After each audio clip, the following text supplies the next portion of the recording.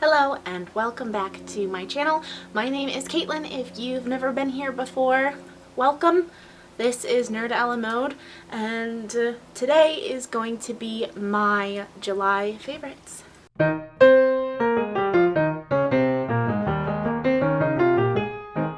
So first, let me say that number one, today is the last day of July, and so I'm counting this look that I've done on myself as a favorite. I don't know what exactly I was going for. I think I was going for like Undead Gypsy maybe. I don't know. Did I do it? Did I accomplish something in my life? My favorite book for this month was City of Heavenly Fire by Cassandra Clare. This is not only a honkin' book, it is number 6 in the series, in the Shadowhunter series, and it is... oh, it was so good. I literally cried when I finished this book. I have not cried over finishing a book series in a very, very long time. I also read the Clockwork series while I was in the month of July, and I just absolutely love how they're entwined. I love how the characters come back. I was not expecting what they did with, spoiler alert, with Tessa and Jem, the whole Heavenly Fire thing, how Jem was cured, just this whole book about Sebastian and Jocelyn and Luke, and just everything about this book, the whole thing with Simon and him, his memories being lost. I about lost it. I cannot express how this book and how this series touched me. I am hoping to God that they continue the next Netflix series, because I want these characters back in my life, and I absolutely love the Shadowhunter series. So the month of July was full of television for me because Ella went to camp for a whole week. It was just day camp, but she did go to camp for the week, and it was a very surreal experience. But probably the biggest thing I noticed was that my husband and I got so much done. It was absolutely crazy. So my two favorite TV shows for the month of July were Dr. Jeff, Rocky Mountain Vet. That guy is absolutely hilarious, number one. And number two, he's legit like Dog the Bounty Hunter, but like animal lover slash vet. And it's kind of hilarious to watch a show, I'm not gonna lie, and it's kind of a ridiculous show, but overall he just has such a passion for the animals, and he's just kind of, you know, the Mr. Fix-It of animals. The premise of his show is kind of low income veterinary care for people who can't necessarily afford animal care for their pets. The second show that I absolutely loved this month was the Shadowhunter series.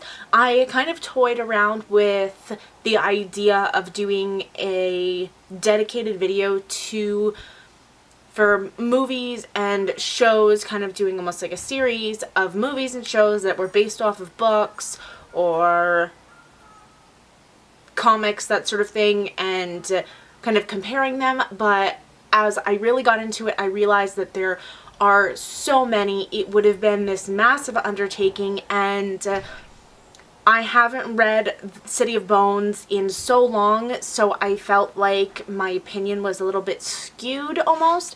But I wanted to come on here and I wanted to tell you my opinions of the series. Number one, I absolutely loved it. The movie is very different. I personally did not like who they cast for the movie. Jace wasn't really right. He wasn't as like big and bulky as the actor who plays Jace in the series. Alec was a little bit off. Isabel, Simon, everybody was just kind of off in some way. But for the series, I absolutely love who they chose. I think they casted it wonderfully. They did take some liberties and it's definitely a very different way to do a show because Cassandra Clare actually has no say in the show itself. So Luke is a cop in it, and Simon is an accounting major. So little things like that have been changed at the producers slash directors slash scriptwriters, I guess, at their whim. But overall, the changes that they made aren't horrible, and they did kind of do some like homages. Like there's even a part in the series where Clary goes into kind of an alternate dimension, and in it Luke owns a bookstore. So you can kind of see that they were trying to make something new and interesting that incorporated this absolutely beautiful and magnificent world that Cassandra Clare has created, but take a little bit of liberties with it. And they also added a lot of diversity into the show.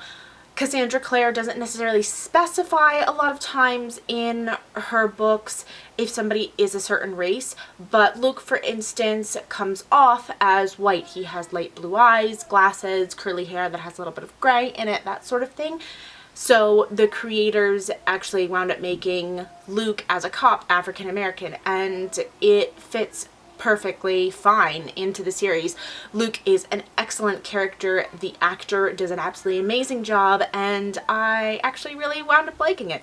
So the next two items are kind of stationary items, and they are my planner, my brand new planner, and my new, and my new calendar. Oh gosh, I can't.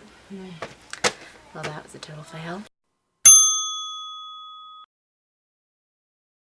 So this is the planner that I got. You might remember if you watched my vlogs, I got it a little while ago, and it has helped save my butt so many times. Unfortunately, lately, I've just been kind of overwhelmed with a lot of things, and being able to write to-do lists down and to have a place where I can write everything down and I have it and I carry it and I can see a physical copy of it is a lot more helpful to me. For a while, I was using my cell phone, as you might remember way back in the day.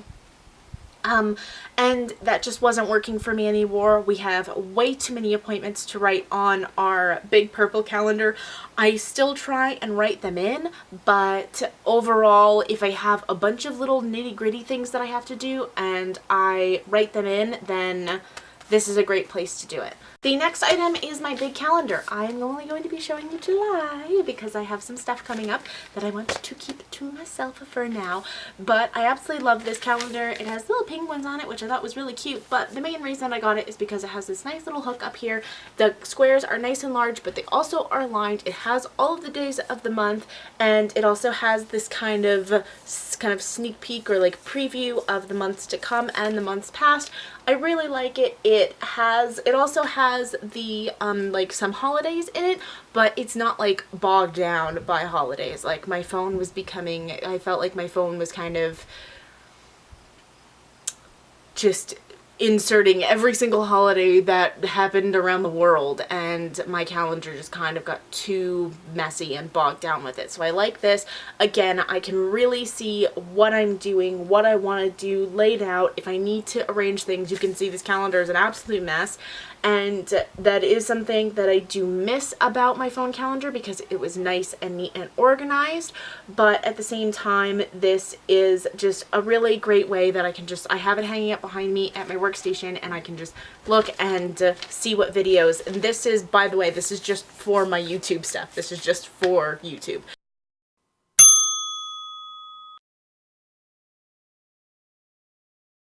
So the next item, as always, I have to have a food related items, and I would probably have a lot more. My pots and pans, I'll insert an image here. Those are definitely a favorite, but I wasn't going to haul my pots and pans up the stairs into my room. And also my new casserole dishes. I can't remember if I have put them in a vlog yet, but again, I'll put it right here for you so you can see what they look like. I absolutely love them. They are by far my absolute favorite kitchen favorites of the month of July. I am very lucky to have gotten them, and I use them all the time. But was something that just needed a little bit of a shout out is my French press, specifically the coffee in my French press.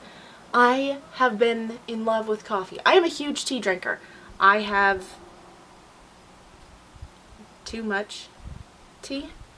But I have this French press. I got it from Winners. I hauled it a while ago. I'll put a link to that video up in the cards above, so make sure that you go and watch that after you watch this video, of course. But I have just fallen in love with drinking coffee, and it gives me that extra little pep. I actually wind up drinking decaf coffee because I still love the taste of coffee, but I don't need all of the energy.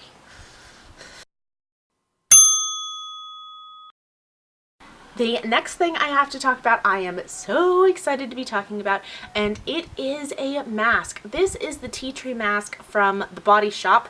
It is a blemish treating mask. It's very, very thick. As you can see, it's this beautiful green color. Smells like tea tree, which if you've never smelled tea tree, is kind of planty and minty. It's a very unique scent. But this is a mask that you put on, you leave on for 10 to 15 minutes, and then you wash it off. And I just got this like this past week, but I am already in love with it. I can tell you, when I am done with this, I will be repurchasing another one, because holy moly, I had a bunch of breakouts along my jaw, along my face, under my cheeks and stuff like that, and I put this on, and within 3 days all of my blemishes were reduced in size. The redness was reduced. It was just so crazy how well this worked. It was so worth the money. And if you have a lot of blemishes and you're having a hard time getting rid of them, try this mask. It is so worth it. The next items I have are actually cosmetic items. I haven't mentioned makeup in a little while, but these three things right here I have been absolutely in love with. So the first item is the CoverGirl Ready Set Gorgeous Concealer. This is in the shade Fair, and it is super pale, as you can see, which is great for pale people like myself. And it is such a good concealer. Unfortunately, and I'm going to talk about this in an empties video that I'm about to film, because unfortunately I actually have to throw away the Ready Set Gorgeous foundation because it oxidized. I got the lightest color, and so it's a little bit darker than this, and it oxidizes so badly on me. I look orange after about an hour and a half, especially if I start to sweat. So unfortunately that was a bit of a dud, but this concealer is absolutely wonderful. It's not too creamy, it's not too thin. It provides a lot of highlighting. I don't have really dark circles or really bad bags underneath my eyes, so I use concealer to highlight, and it just provides a really good base. I find that if I prime with this, then my eyeshadows don't crease. I just really, really like this concealer. I would highly recommend it if you're looking for a good drugstore concealer.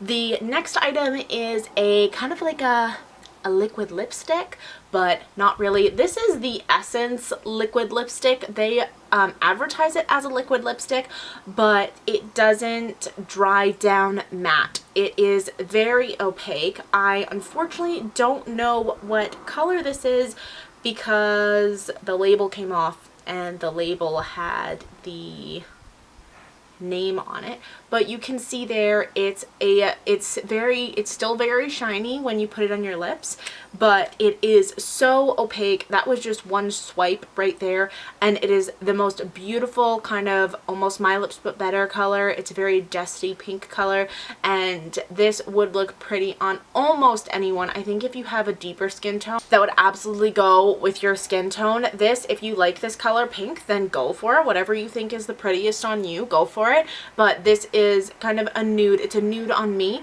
and there are tons of there's lighter nudes than this in the collection. There are darker nudes than this. There is a couple, I think 2 or 3 of them are really pops of color. So I just thought I'd put that out there, and this was only like $3.49.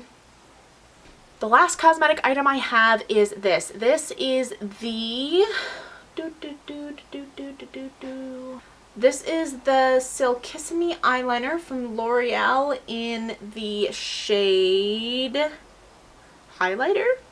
So the last item that we are going to be talking about is a piece of jewelry, and it is this right here. You may recognize it from Lord of the Rings. This is a copy of the pendant that Arwen gives to Aragorn, and I absolutely love it. I got it off of the site called Exotic Blings, and it took quite a long time, probably about 3 weeks for it to get to me, because I got it off of a promotion, and it was essentially, this thing was free and I just had to pay for shipping. So I got that. I also got the One Ring, which I really like, and I also got a copy of the leaf pendants that everybody in the fellowship gets, and I have been wearing this one the most though, and people who see it are like, hey, you're a nerd. I think it's very pretty, it's very flattering, it falls at exactly the right height for me, and again, people who see it are always like, oh look, like, I know what that's from, and I'm like, nerd things, bringing people together since the beginning of nerddom. When did that start? I think they were like ye old nerds. Probably. They were probably just called scholars back then. That's it for my favorites for the month of July. I hope that you enjoyed this video. I enjoyed making it. Make sure that if you like these types of videos that you give it a thumbs up, that you subscribe down below, and that at the end of this video there's going to be some videos that you might have missed. Go give those a click. Unless you're on your phone, then they'll be in the description box.